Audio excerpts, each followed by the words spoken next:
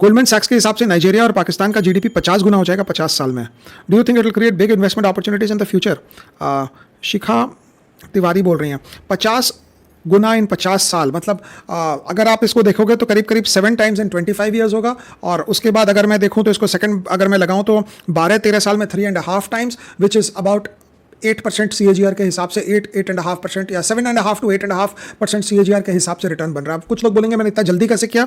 50 times in 50 years, 50 का मैं under root लेता हूँ तो बहुत अप्रॉक्सीमेट हिसाब से 7 7 49, सो 25 ईयर्स में 7 टाइम्स होगा। अब उसके बाद उसको मैं सेकंड अंडर रूट पे जाऊंगा, बिकॉज अगर मैं आधा करूँ तो 12 साल के लिए 2.5 इंटू 2.5 6.25 होता है, तो 2.7 टाइम्स इन 12 ईयर्स होता है। अगर 3 टाइम्स होता है 12 ईयर्स में तो क्या होता है? 2.7 टाइम्स इन 12 ईयर्स होता है तो क्या होता है? और 3 का रूल है हमारा 114 का, हमने पीछे बताया था। सो 114 से अगर हम करते हैं और 12 ईयर्स है और 2.7 टाइम्स है तो लगभग 7.5 to 8.5, मतलब करीब करीब इन बिटवीन 7.5 to 8% का जीडीपी ग्रोथ की बात हो रही है। इतना अगर जीडीपी ग्रोथ हो गया तो मुझे लगता है कि बहुत धमाकेदार वहां पैसा बनेगा। और सबसे बेस्ट बात है, अगर आप कोई नए देश में जा रहे हो जहां आपको ज्यादा आइडिया नहीं है कि आपको क्या करना है क्या नहीं करना है, best thing to do is वहां का HDFC बैंक खरीद लो। जो वहां की बैंकिंग सिचुएशन है वो हिसाब से खरीद लो, बिकॉज एक लेवल के बाद वहां पे जब कंज्यूमर के हाथ में पैसा आता है तो वो बैंक्स जो है वो सबसे अच्छा काम करती है। और वहां की बैंक भी 30-35-40% ग्रो करेगी। लेकिन नेक्स्ट प्रॉब्लम इसमें यह आता है कि करेंसी डिप्रिसिएशन का बहुत बड़ा हेडेक है। अगर करेंसी उनकी उड़ गई ज्यादा तो फिर आपको ऑब्वियसली प्रॉब्लम ज्यादा क्रिएट होता है उसमें।